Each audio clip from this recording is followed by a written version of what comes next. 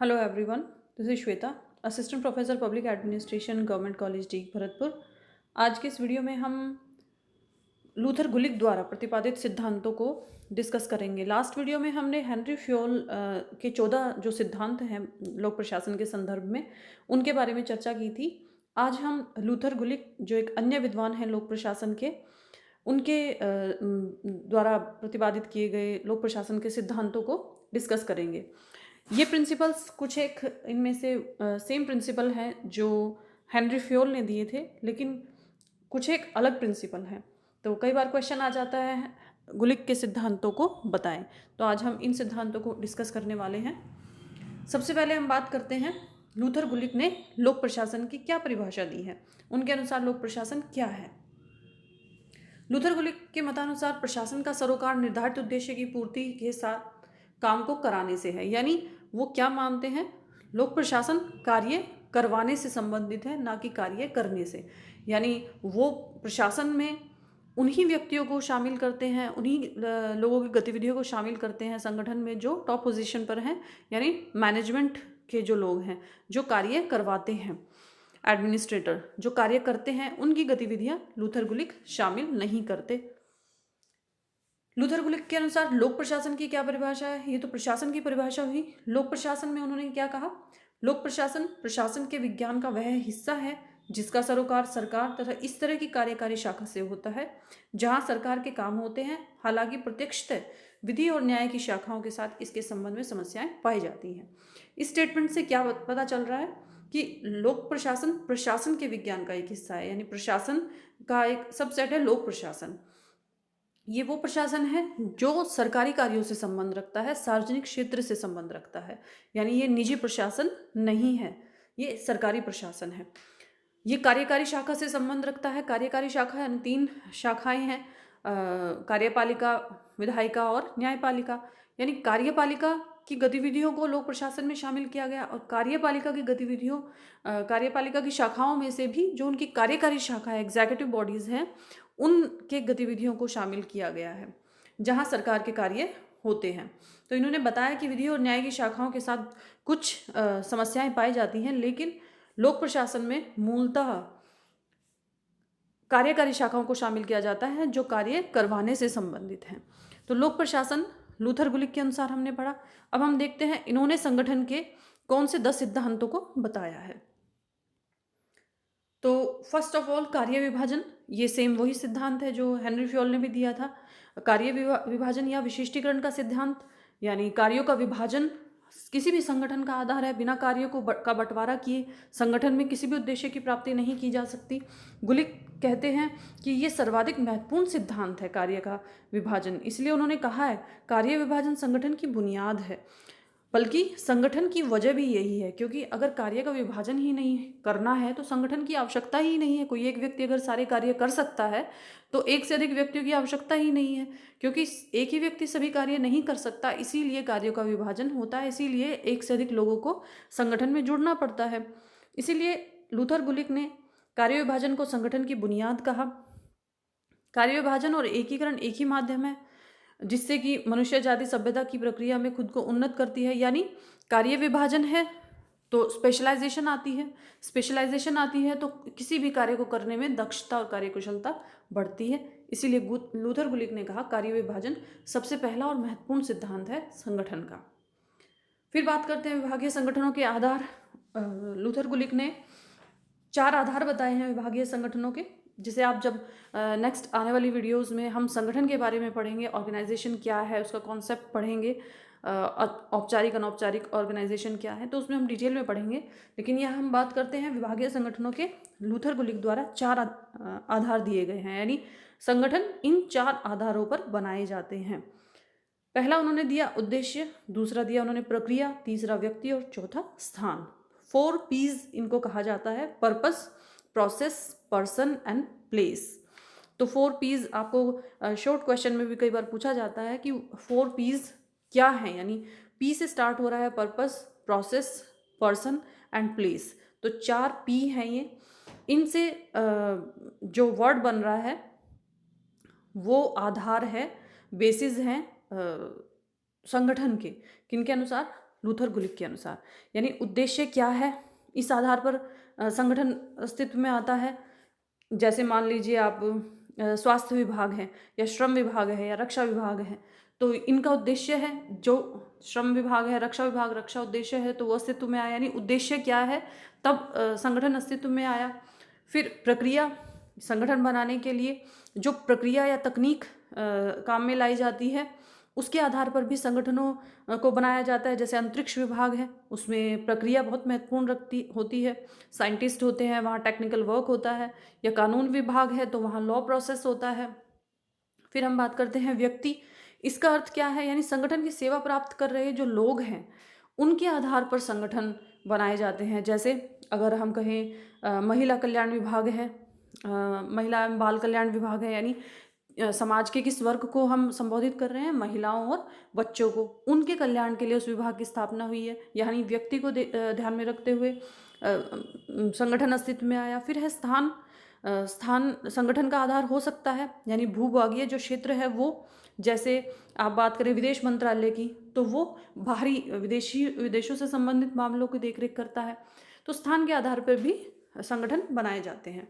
ये विभागीय संगठनों के आधार बताए लूथर गुलिक ने।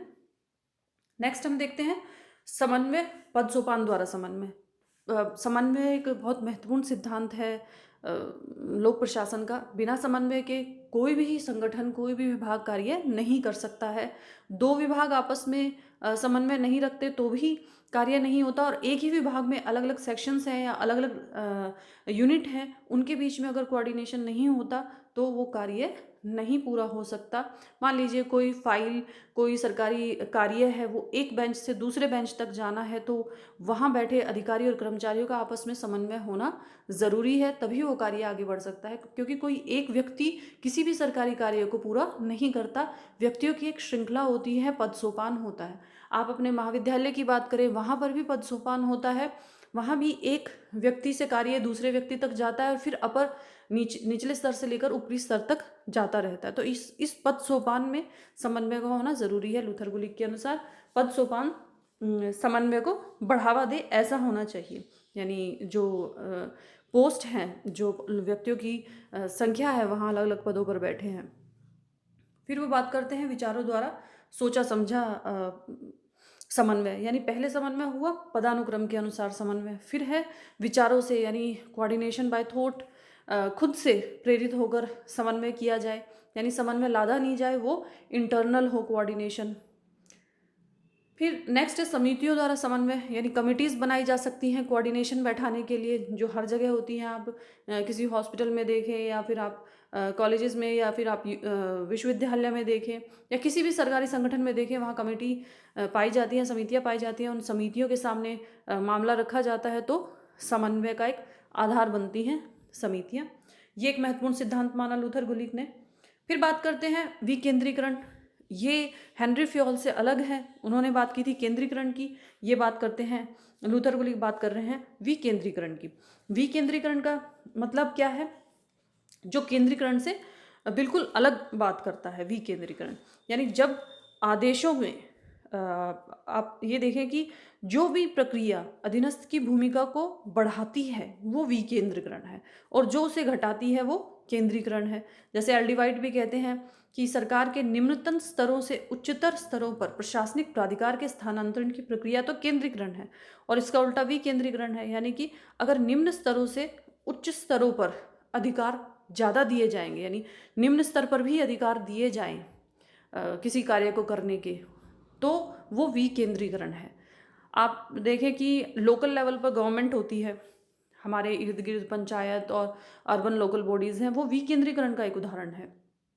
तो सत्ता एक हाथों में ना रहकर बटी हुई होती है, सब जगह होती है, तो उसे विकेंद्रीकरण कहते हैं। ये एक संगठन का महत्वपूर्ण सिद्धांत माना लूथर गुलिक ने, ताकि सभी जो संगठन में कार्य कर रहे हैं लोग, उनमें संगठन के साथ एक बिलोंगिंगनेस की फीलिंग आए, यानी वो जुड़ाव महसूस कर सके उस संगठन से, उसका एक पार्ट अपने आप को मान सके। फिर है निर्देशों में एकता। ये सिद्धांत हमने हेनरी फ्योल के सिद्धांतों में पढ़ा कि निर्देशों में एकता होना बहुत ज़रूरी है। जो भी कार्य किसी एक ही उद्देश्य से संबंधित है, जो गतिविधियाँ एक ही उद्देश्य के लिए प्राप्ति के लिए की जा रही हैं, तो वो एक दिशा में चलनी चाहिए। क्योंकि अगर एक उद्देश्य प्राप्त करना है, टारगेट फिक्स किया और वो एक्टिविटीज़ अलग अलग दिशाओं में जा रही हैं, तो वो रिजल्ट को नहीं लेकर के आती हैं। फिर बात करते हैं स्टाफ और सूत्र। ये एक ऐसा सिद्धांत है जो मिलिट्री में यूज़ होता था। यानी ये जो स्टाफ और सूत्र जो वर्ड है, ये मिलिट्री से आया है, वहाँ पर इस्तेमाल होता था और इसका इस्तेमाल लोक प्रशासन में किया जाने लगा। क्योंकि स्टाफ का मतलब है वो एजेंसीज और संस्थाएं जो डायरेक्ट कार्य नहीं करती, लेकिन कार्य को करने के लिए सूचनाएं प्रदान करती हैं। यानी एक डिपॉजिटरी के रूप में कार्य करती हैं। वो किसी भी कार्य को करने से संबंधित जो भी आंकड़े हैं, जो भी सूचनाएं हैं, वो जुटाती हैं। तो स्टाफ एजेंसियां, जो लाइन एजेंसी है जिसे सूत्र कहा गया है, स्टाफ एंड लाइन, उनको सलाह देती हैं और उनको वो कार्य पूरा करने में मदद करती हैं।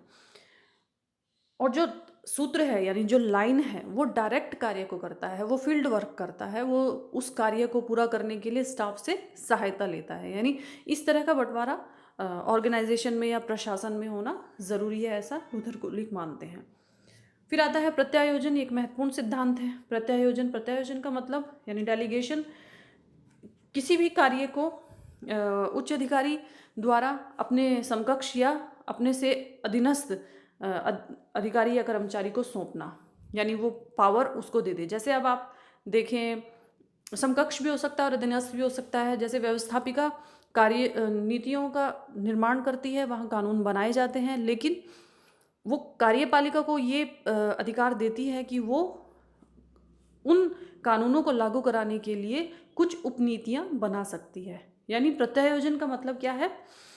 एक अधिकारी द्वारा अपने समकक्ष या अधीनस्थ को कार्यों को सौंपना, लेकिन इसमें एक कंडीशन ये है कि जिस व्यक्ति ने अधिकार सौंपे हैं, जिस व्यक्ति को अधिकार सौंपे गए हैं, वो अन्य व्यक्तियों को अधिकार नहीं सौंपे, क्योंकि इसकी एक श्रृंखला नहीं बनाई जाती प्रत्यायोजन की। अब आप इसकी परिभाषा की बात करें अगर प्रत्यायोजन की, तो इसमें मुनि एक काफ़ी फेमस थिंकर रहे हैं लोक प्रशासन में। उन्होंने कहा है प्रत्यायोजन का अर्थ उच्चतर से निम्नतम प्राधिकार तक विशिष्ट प्राधिकार को पहुंचाना है। यानी उच्चतर से जो उच्च अधिकारी है, वो अपने अधीनस्थ को अधिकार सौंपे किसी भी कार्य को करने का। लेकिन यहाँ ये चीज़ बहुत ध्यान देने योग्य है कि जिस अधिकारी या कर्मचारी को वो अधिकार सौंपे गए हैं, वो आगे उन अधिकारों को नहीं सौंपता है। तो ये भी ऑर्गेनाइजेशन का एक महत्वपूर्ण सिद्धांत है। बहुत बार ऐसा होता है ऑर्गेनाइजेशन में कि वो प्रत्यायोजन अधिकारी को करना पड़ता है। फिर आता है नियंत्रण का क्षेत्र। नियंत्रण का क्षेत्र एक महत्वपूर्ण सिद्धांत है। यानी एक अधिकारी कितने लोगों पर डायरेक्ट नियंत्रण रख सकता है, ये चीज़ इसमें आती है। नियंत्रण का दायरा क्या हो? नियंत्रण के दायरों का मतलब है अधीनस्थ या जो कार्य की इकाइयां हैं किसी भी संस्था में, उसे कोई अधिकारी व्यक्तिगत तौर पर कहाँ तक निर्देशित और नियंत्रित कर सकता है। यानी वो कितने लोगों को कर सकता है? वो 5 लोगों को कर सकता है, 10 लोगों को कर सकता है, या 8 लोगों को कर सकता है। ये नियंत्रण का दायरा उसका क्या है, ये स्थिति स्पष्ट होना किसी भी प्रशासन में, किसी भी प्रशासनिक संस्था में या संगठन में बेहद आवश्यक है। तो ये 10 सिद्धांत बताए लूथर गुलिक ने। आने वाली वीडियोस में हम देखेंगे अलग अलग सिद्धांतों पर अलग अलग वीडियोस होंगी। जो भी महत्वपूर्ण सिद्धांत होंगे हम उनको करेंगे अलग अलग, उनके क्या मेरिट्स हैं, क्या डीमेरिट्स हैं। आज के लिए इतना ही। Thank you.